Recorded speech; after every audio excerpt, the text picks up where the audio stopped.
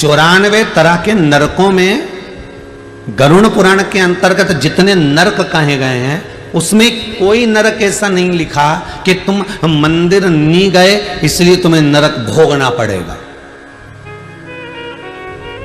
सारे नरकों में ऐसा कोई नरक नहीं लिखा कि तुम मंदिर नहीं गए इसलिए नरक भोगना पड़ेगा। पर नरकों में एक नरक ऐसा लिखा है कि तुम्हारे दरवाजे पर कोई भूखा आया और उसको तुमने भोजन नहीं कराया तो तुम्हें नरक भोगना पड़ेगा। तुम्हारे दरवाजे पर कोई प्यासा आया, तुमने पानी ना पिलाया तो नरक भोगना पड़ेगा। तुम्हारे दरवाजे पर कोई पथिक आया, राहगीर आया और तुमसे मार्ग पूछा, तुमने नहीं बताया तो भोगना पड़ेगा।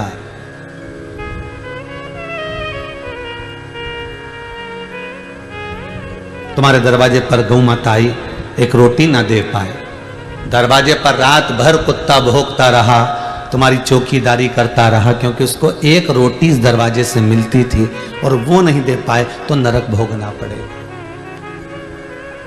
किसी वृक्ष के नीचे चींटियां बहुत सारी हो रही है, थोड़ा सा जाकर आपने एक भाग नहीं डाला, नरक भोगना पड़ेगा। वो आस लगाकर बैठी हुई, बहुत अरमान लेकर बैठी हुई, उसके बाद भी हम उसको कुछ ना दे पाए। गरुड़ पुराण में ये नहीं लिखा कि आप मंदिर नहीं जाओगे तो नरक भोगना पड़ेगा। गरुड़ पुराण कहती है कि किसी पथिक को, किसी राहगीर को, किसी भूखे को, किसी प्यासे को, किसी अन्य को जिसको जरूरत है उसको नहीं दे पाए तो भी नरक का गाना, तो भी नरक है।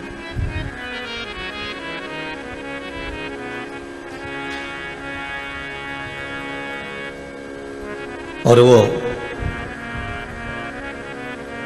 कहते हैं ना, स्वयं खा लेना सुकृति है, छुड़ाकर खा लेना विकृति है, पर बांट कर खाना ये मेरी भारत देश की संस्कृति है, यही भारत भूमि की संस्कृति है। बड़ा भाई ताने पर ताना दे दे, गाली पर गाली दे दे, अपशब्द पर अपशब्द कह दे। छोटा भाई ताने पर ताना दे दे, अपशब्द पर अपशब्द कह दे, गाली पर गाली दे दे।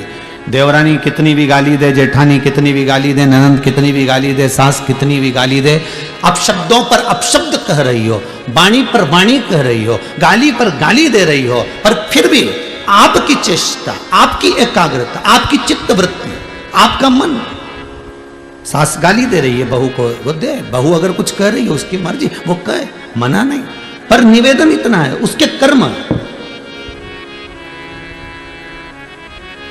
उसके कर्मों का भोग उसको भोगना ही है, भोगना ही पड़ेगा। कितना सुंदर लिखा है महाराज। एक संत से, एक गुरु से पूछा गया कि एक कुत्ते ने पूछा एक गुरु के पास जाकर, गुरुदेव मेरी वाणी को आप समझने का प्रयास करिएगा।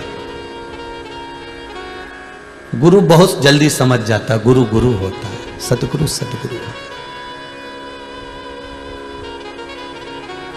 सतगुरु के सामने कहा भी नहीं जाता, वो अपनी दृष्टि से देखकर समझ जाता है। गुरुदेव मेरी वाणी को थोड़ा समझिएगा। गुरुजी बोले, बोल क्या बात है।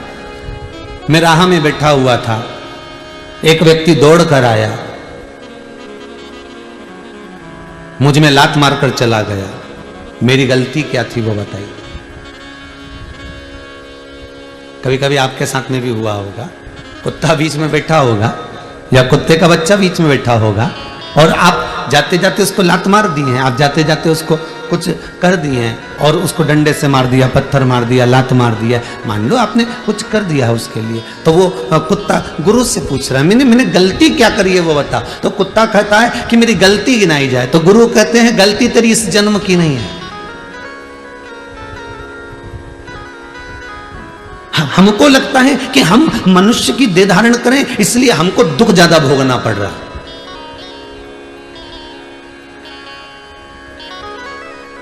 हम मनुष्य की देह धारण करें इसलिए दुख हमको मिलता, नहीं नहीं नहीं, ऐसा नहीं है। जिस योनि में रहोगे, 84 लाख योनियां जो मानो की मिलती है, 20 लाख योनि तो ये पेड़ पौधे की है, जितने तुम्हें पेड़ पौधे नजर आए इस पृथ्वी पर समझ लेना 20 लाख योनि वृक्ष की, पौधों की, पत्तियों की है, दुर्वा की है। 20 लाख योनि केवल इन वृक्ष जैसे खड़े ठूट जैसे पड़े रहना पड़ेगा। पानी भी गिर रहा है, गर्मी भी पड़ रही है, ठंड भी पड़ रही है, एक जैसे लोग पत्थर उठा उठाकर मार भी रहे हैं। 20 लाख योनि में से ये जितने पौधे होते हैं, जितने वृक्ष होते हैं, ये हाथ जोड़ते हैं परमात्मा के कि हमको कांटे वाला पौधा बनाना।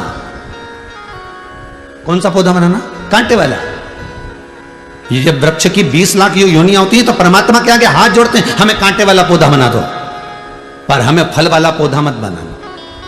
वृक्ष कहते हैं हमें फल वाला पौधा मत बनाना, हमें आम का पेड़ मत बनाना, हमें बेर का पेड़ मत बनाना, हमें इमली का पेड़ मत बनाना, जिसमें फल लगते हो, सेतूत लगते हो, जिसमें खजूरे लगते हो, ऐसा पौधा हमें मत बनाना। हमको तो तुम कांटे वाला बना दो, बेकार बना दो, पर हमें फल वाला पौधा मत बनाना। 20 लाख योनियों में से 20 लाख योनि के जब वृक्ष की योनि बनती है तो ये निवेदन करते हैं। तो पूछा इनसे, तुम क्यों नहीं बनना चाहते आम का पौधा? तुम क्यों नहीं बनना चाहते इमली का पौधा? तुम क्यों नहीं बनना चाहते यहां पर खजूर का पौधा? क्यों नहीं बनना चाहते तुम जामुन का पौधा? तो वृक्ष कहते हैं हम पल पोस कर बड़े होते हैं, बड़ी मुश्किल से तो खड़े रहते हैं, पानी में, गर्मी में, ठंड में खड़े हुए हैं, उसके बाद भी हर साल लोग आते हैं और पत्थर मार मार कर जाते हैं। ये सहन नहीं हो पाता है, ये सहन नहीं हो पाता।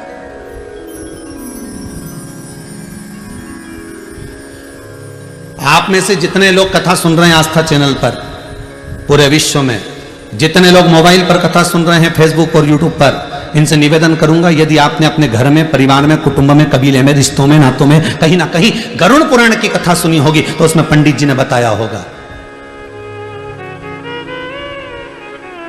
कि आम का पेड़, जामुन का वृक्ष, खजूरे का वृक्ष, फलदार वृक्ष कब बनता है व्यक्ति? ये गरुड़ पुराण के अंतर्गत लिखा हुआ है कि व्यक्ति ये वृक्ष चौराहे पर, रोड पर, किनारे पर केरी का, आम का, बेर का, इमली का ये पेड़ क्यों बनता है?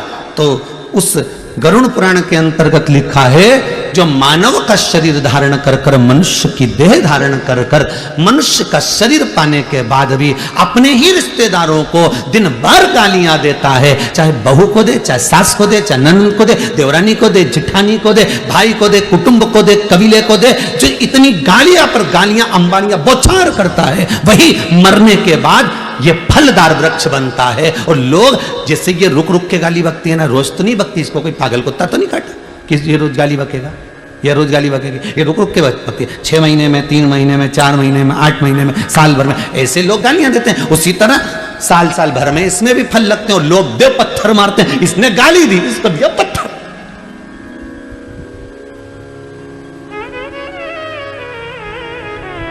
ना सास समझ पाती है कि मैं बहू को गाली ना दूं, ना बहू समझ पाती है कि मैं सास को ताने ना दूं।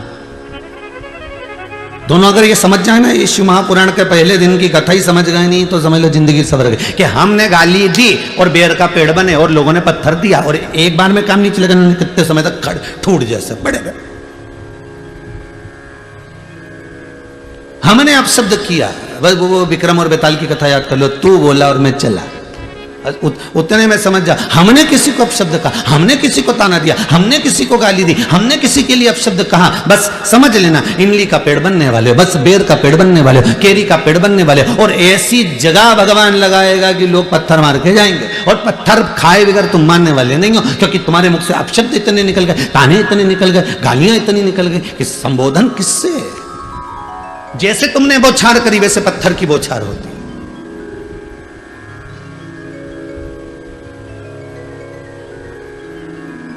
इसीलिए शास्त्र कहता है भजन में जो सुख है वो सुख किसी दूसरी चीज में नहीं, दूसरी चीज में।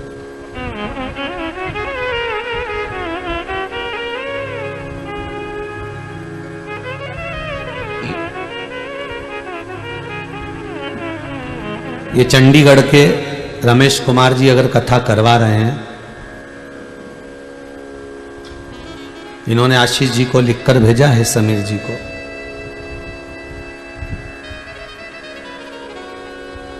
एक बेटा इनका मोहित गर्ग डॉक्टर है, वो कनाडा में है।